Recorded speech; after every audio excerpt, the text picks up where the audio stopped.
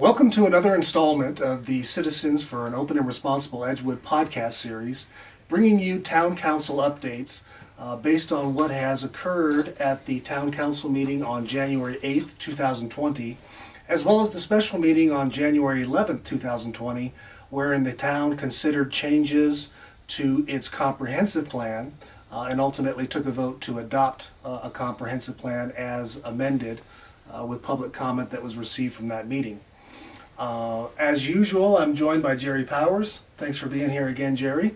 And what we want to do is bring you some of the highlights from the meeting and have some discussion about some of the critical issues that were raised at the meeting that had widespread effects, or could have had widespread effects, if there hadn't been intervention by a couple of town councilors who were interested in advancing the cause of transparency, as we are here, as well as input from the public at both of those meetings where the house was packed.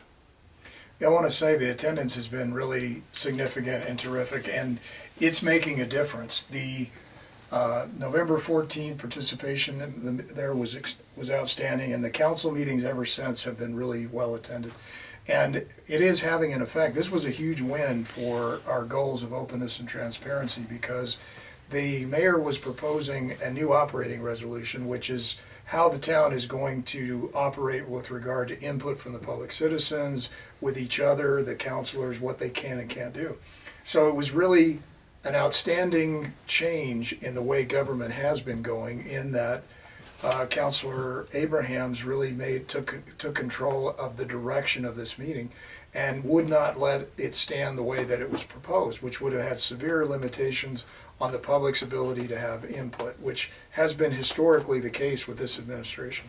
And one of the real problems that we have, and this is the challenge for the typical member of the public, and has spurred part of the reason that this association core has even exists, is that these documents, these ordinances and proposed resolutions that can severely impact the way our town government operates and the amount of public participation that's received, comes across through nondescript agenda items, and there's not a lot of public information, or at least advocacy or outreach by the governing body to let people know what they're up to. Yeah. So in this instance, the agenda packet is required to come out at least 72 hours prior to a meeting. Well, the town meets on Wednesdays, and obviously you have the intervening weekend. So what they do is they post the agenda packet on Friday afternoons after 5 o'clock, and that's the first opportunity that we get to look at this information. And we're really proud to say, at least in advance of this meeting, that one of the things that we've been able to do is to harness technology to send blast emails to those of you that have provided your contact information, particularly email, so that we can share the word about what's going to be taking place at these meetings. And in that email blast that we sent out, we also provided a narrative that summarized some of the changes that were going to be included in this operating resolution, that were different from previous year's operating resolutions, that were consistent with the mayor's theme of trying to control the meetings through strict order by not allowing public comment or limiting it. And then what was most scary was the fact that he was even trying to limit the comment by our own elected officials, regardless of the subject matter, regardless of the complexities or intricacies involved, to 5 minutes. And if you don't get your statements in that amount of time, well, they're just unheard or unresolved, and the matter just gets passed as a matter of course. And that's unfortunate. So before this meeting, I attended the meetings. I've attended a lot of, as you have. It was just a march. It was like a conveyor belt. The mayor would put his agenda items on there, the conveyor belt would slide by, and they would force a vote with the three councilors, Abrams, Hawley, and then the mayor, to break the tie if it was 2-2. And so everything was getting passed according to this kind of hidden agenda. It wasn't really easy to understand even what was happening. Now all that has changed due to and I want to thank the public for coming to these meetings, for participating with CORE. That's what's making all of this possible. And it really empowers us to continue to do what we're doing, knowing that you're involved and you're showing up.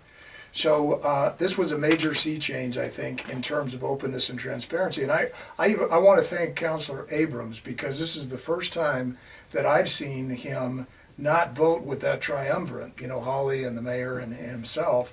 And he actually thought about this and didn't go with the regular agenda of suppressing public input, and made these meetings more open by voting in the revised resolution that was proposed by Councilor Abrams. Which I think is fabulous. And, we're not suggesting that there's any conspiracies within the governing body, but it seems like there have been two factions, one that votes a particular way, which is for openness and transparency, and another faction that seems to vote with the mayor for whatever agenda items he's putting forth. And in those actions, there hasn't been a lot of public disclosure about what those things are, whether or not they're beneficial to the citizens of Edgewood, or whether or not the public even wants these things. And again, the goal in representative democracy is for our elected officials to adhere to and follow the will of the people. As you've said many times, it's government by the people, of the people, and for the people. Right, so that's really bottom-up government instead of top-down approach, which is what Edgewood has had for the last 3 years, is the mayor sets the agenda, the conveyor belt rolls, and they vote it in, regardless of the input from the public. Now that's really changing, and we'll get into a minute about the changes that were made to the comprehensive plan, which is also significant. But this bottom-up approach requires that the public have input and is allowed to participate in their own government in order to make the best decisions. Well, another thing that we would encourage you to do is to continue to come to town council meetings, or if you're not able to make it, to watch the live stream of the council meetings that we put on the Eye on Edgewood Facebook page, which are available for your viewing leisure at your convenience. Because one of the things that is certainly true is when you look at the agenda for the meeting, you look at the items that are listed and you say to yourself, I don't know that there's much going on here today, but actually there's a lot that goes on. One of those examples was the consent agenda, which is supposed to be stuff that's very simple. It gets passed as a matter of course for the January 8th meeting, where the meeting minutes for some prior meetings in November and December had come up for review. Now, these meeting minutes for November 20th and December 4th had been kicked back a couple times by the town council because they were incomplete or inconsistent based on the statements that were made by the members of the public or the governing body in the course of those discussions. So Councilor Jaramillo took it on her own accord to work with town staff to revise the proposed minutes to include the substance of the discussion and conversations that took place in these prior meetings. And it appeared that all of the information that she was presenting was for clarification, was for context, and for the purpose of accuracy. And it was striking that as I looked at the proposed amendments in the minutes, which were in red line format, they all made good sense. They were all consistent with what actually happened at the meeting. But there was opposition to actually including these revisions into the minutes. And that opposition was primarily from Councilor John Abrams and from Mayor Bassett. And Councilor Jaramillo made a note, which I think is very important, to say that all of the things that she put in, that those who were opposed wanted out, were related to the public opposition to EPCOR, the public opposition to residential sewer connections, and other bungled infrastructure projects that the town is considering. So why would they want to hide and not put in the minutes the critical comments regarding EPCOR and the residential sewer? I mean, it's obvious that that's the agenda that is being proposed from the top down. From the bottom up, nobody wants EPCOR, nobody wants residential sewer. No. So that's why bottom-up government and openness and transparency is really important. And another red flag that was raised in Councilor Jaramillo's proposed revisions was the mayor's confessed violation of the nepotism ordinance by appointing a first cousin to the Planning and Zoning Committee. Unfortunately, given the voting block as we've described before, it was a 3-2 vote by the town council to refuse to adopt these edits and revisions and to go with the original versions, which are prepared by town staff, because we should trust them unequivocally to write down exactly what transpired. And as you know, this is the record for which people can go back easily. You can't go back and listen to every audio and pick out those little details that are so important.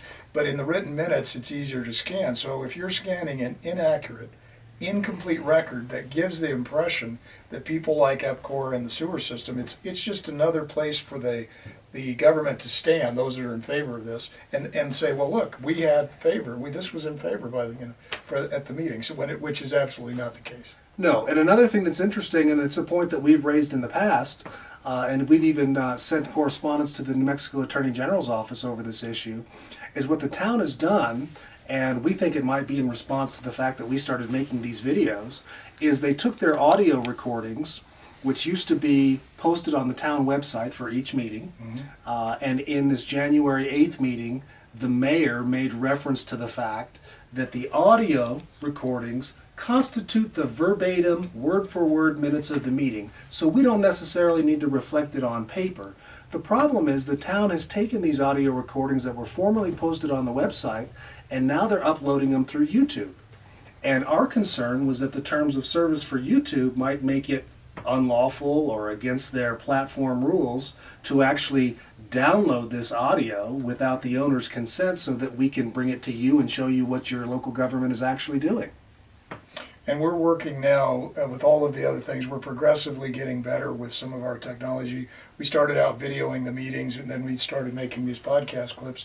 And now we're making the previews so that people know that there's something important going to happen and what it is at a coming meeting. But we're also working on making verbatim transcripts from the audio, just converting those via technology into written format so that people can see them. And we're going to archive all those so that there will be a good record.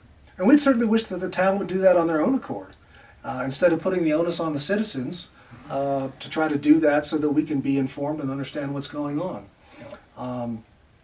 When it comes to the EPCOR matter, so slight transition but still consistent with what happened in the meeting on January 8th, there was a pertinent public comment from a woman whose name is Sabina, and she comes to a number of meetings and always has something productive and constructive to say, even though it's generally in opposition to this bad conduct by the town. And one of the things that she asked Councilor Abrahams is if he would stand with the people. Because at a meeting previous to this, Councilor Abrams said that he would consider the EPCOR issue with deliberation, with intention, and make sure that he makes a wise decision based on all the information. And what was very timely spoken by Sabina is this: the people don't want the town to condemn the EPCOR water system. What more do you need to know? Yeah, if you're a representative of the people, what more do you need to know? Unfortunately, we're trying to get this message through to the town councilors, and we've been very effective, and we are grateful for the help and collaboration that we've had from Councilor Audrey Jaramillo and from Councilor Sherry Abraham in supporting our objective to bring openness and transparency to local government here in Edgewood. And we would hope that the other elected officials would jump on board with this plan, because shining light in the darkness is good for everybody. Absolutely. It exposes problems and it allows us to fix whatever needs to be corrected. So I want to say that before the end of the year, we made an announcement that we were going to have some major announcements after the first. There was a slight delay, as you know, in some of the actions that we're taking, but there are going to be, within a matter of days, information that will be published regarding a major effort in regard to the change in government that everybody has been seeking at these meetings that we've been at. So just want to tell everybody, please stay tuned for that. Yes, it is big news, and it is our effort to carry the mantle where other public agencies have been unwilling to do so.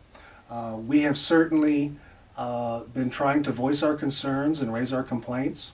We've held the public forum that we had in November of 2019 at Legacy Church, where we were able to disseminate information to the public that they may not have otherwise received from the town government. We have reached out to other elected officials. We, along with other people, have made complaints to the Attorney General's office over the Inspection of Public Records Act, the failure of the town to turn over information, over the Open Meetings Act, the failure of the town to comply with the legal requirements for notice and closed meetings. And we've also reached out to the state auditor's office to raise complaints about what we think might be the misuse of public monies. And obviously that's a serious offense. It's incredibly serious, and any official that is found by a court to have done so is banned from public service for life because it's such a serious offense. And of course, there can be criminal charges. But if those agencies don't act, as you've said, and they are sometimes very slow to act, then there is at least a provision in New Mexico law, thank God, that the citizens can actually file their own sort of actions to remedy the situation. So there'll be more information forthcoming on that soon. Absolutely. Although we would hope that these other state agencies would ultimately pick up the ball and look into this stuff because it is a matter of serious public concern. And there was a recent event in Las Vegas where its mayor was caught up in misconduct that in some ways seems to parallel the things that are happening here in the town of Edgewood. And she's been indicted and subsequently resigned. That was something that developed over a period of time, and more information came to light. And again, that's all about public input and openness and transparency. Of course, they tried to hide what was happening, but because of the efforts of some of the public, it got out, and eventually the state agencies picked it up, and now the mayor's actually been indicted. We hope that's not the case here, and we would hope that people would change their course, their behavior, their outlook, and their regard for the input of the citizens who elected them, so that we wouldn't have to exercise those types of options. Yeah. The other thing that happened that was significant was there was a meeting held on the 11th. Now, Councilor Hawley, to her credit, proposed that there be another meeting for public input with regard to the comprehensive plan. And the comprehensive plan is supposed to be a roadmap going forward as to how the people, this is input from everybody, they have public meetings, how the town wants to see, or the people want to see the town in the direction it goes. Is it going to be rural? Are we going to have more trails and recreational facilities? Or are we going to take over EPCOR? So that was originally in the document, even though nobody had said we wanted to take over EPCOR. In the comprehensive plan was a recommendation or talking about how it was kind of divisive, but it was in there. So anything that is in the roadmap, a couple years down the road, the councilors and the mayor can look back and say, well, we have to take over EPCOR because it's in our comp plan. It's the roadmap going forward. So that was significant that the councilors were able to bring these things to a head and get them edited out of that document. They never should have been in there. Neither should the proposal to run more residential sewer, because it's such a waste of money and it doesn't do what they're proposing it will do. They spent several $1 million on what's been done already, and I think one person is hooked up maybe to that $2 million line or $1.3 million line. That's my understanding. One house on Church Street. Well, I also noticed that the mayor was talking about how this doesn't really matter anyway. This comprehensive plan doesn't really matter. Well, a lot of people went to a lot of trouble to do it. It's in state statute to do comprehensive plans ever so often because it is an important directional document to express the will of the people and the way it wants to go. So I've had car salesmen tell me the same thing. Just sign this. It doesn't really mean anything, right? Sure. But of course we all know that that's a way of minimizing the importance of something that they're trying to slide by. Now, Jerry, I know that you've worked hard in your efforts to bring transparency to local government, and there are a number of us who have been on board trying to do likewise. It seems like we are beginning to see a sea change where the public is involved, they're motivated, they've got an interest in what's going on here, and they've got some serious concerns about the leadership of this town. Yeah, I'm very proud of the people that are coming forward and taking ownership of their government. And sometimes it's difficult to motivate yourself because you think you're up against City Hall. The old saying, you can't fight City Hall. The truth of the matter is this town is our town. This is where we live. And the direction that it goes and our quality of life is directly affected by whether we participate or we don't. So I'm very proud of the people that have done it. I want to thank everybody again for the participation, and it motivates us to keep the effort up until we get the results that we want. And we have had a change. We've seen a directional change now. So it's a matter of keeping the course and continuing on until we get the final results that we want. I certainly have no doubt that absent the efforts of a few and the collective voice of the many, that it is certainly possible that this town would have continued on a course of making bad decisions, of limiting public input, and running this thing like a kingdom. Yeah, that postcard that we sent out to get people to come to the meeting with the train going off the tracks, that I think expressed it. It wasn't down in the valley yet, but it was off the rails. This is a major step in getting that locomotive back on the rails and running this town the way that it should be run, at the express will of the people who live here. Now, I would say I'm certainly impressed with Councilor Jaramillo. I feel like she is doing an excellent job to look out for her constituents. And because the town of Edgewood is not large enough to be outlined in districts, she really represents the interests of all of us. Mm-hmm. And I'm grateful that there is someone, and Councilor Sherry Abraham is another, who are taking the time to actually read through these documents that are enclosed in these agenda packets over the course of a weekend, which is all the time they have in preparation for these meetings, to actually go through line by line and point out the things that should not be in there versus the things that should be, including justifications for that. So this is kind of like we were talking about the conveyor belt, the way things were going. This is somebody stopping the conveyor belt and saying, no, we don't want this rotten produce. We want to put that back. So they're doing. Sherry has done an excellent job, and Audrey as well. They're very diligent, and it's like these are contracts with the people. This operating resolution. So it's very important to go through line by line and detail by detail, because we're going to have to live with this style of operating through the government with public input and public access for the next year or two. And now at least we have a decent operating resolution based on the amendments offered by Councilor Abraham, where the public will have more opportunity to participate. The town councilors will not be limited in the amount of time that they're given for discussion. Members of the public will not be limited in the amount of time that they're given to make statements and presentations at public hearings, as well as a number of other changes that would have been very, very restrictive and contrary to the notions of open government, an informed electorate, the kind of things that the Founding Fathers were preaching as they founded this nation, things that you've discussed before. And we can see the end results here in a fashion, in that the comprehensive plan is a perfect example. By having more openness, by having another meeting, and by people getting to have input, we had things eliminated that are the two biggest things that I've heard that people absolutely don't want in this town, which is the EPCOR takeover. They don't want the government taking over the water system, and they do not want residential sewer expansion at the expense of several $1 million that nobody wants, nobody hooks up to, and will eventually lead to increased debt and increased taxes and decreased services for the town. One other important change to the town's operating resolution, and this is also included in their Open Meetings Act resolution that was also adopted at the January 8th meeting, is a change in the meeting dates for the town. So we just want to give you notice, put you on alert, that the town is changing its ordinary meeting schedule. Previously, they met on the first Wednesday and the third Wednesday of each month, absent any special meetings. Now, the town is going to change its regular meeting schedule to the second Wednesday and the fourth Wednesday of each month. The reason for the purported change is to allow town staff additional time to compile their financial reports, which have been consistently delayed. Now, we don't know if that will actually happen, but we certainly hope that that's the case, because it has been through these town financial reports that we've been able to uncover how much money the town is actually spending on things like sewer line expansion, engineering fees, which seem to be endless for projects that may or may not ever be built, and legal fees incurred by the town of Edgewood related to the EPCOR condemnation and other matters, which in recent months have been in the tens of thousands of dollars.